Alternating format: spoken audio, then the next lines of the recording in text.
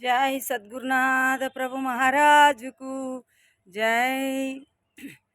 వాసన పూసేనమ్మా నరహడవిలో సువాసన ధ్యానమాయేనమ్మా వాసన పూసే దాసన దాసులకు వాసన పూసే దాసన దాసులకు దీని గుట్టు తెలుసుకున్నా గురు భక్తులకు నెల్లా వాసన పూసేనమ్మ నరహడవిలో సువాసన ధ్యానమాయేనమ్మ నరహడవిలో సువాసన ధ్యానమాయేనమ్మ।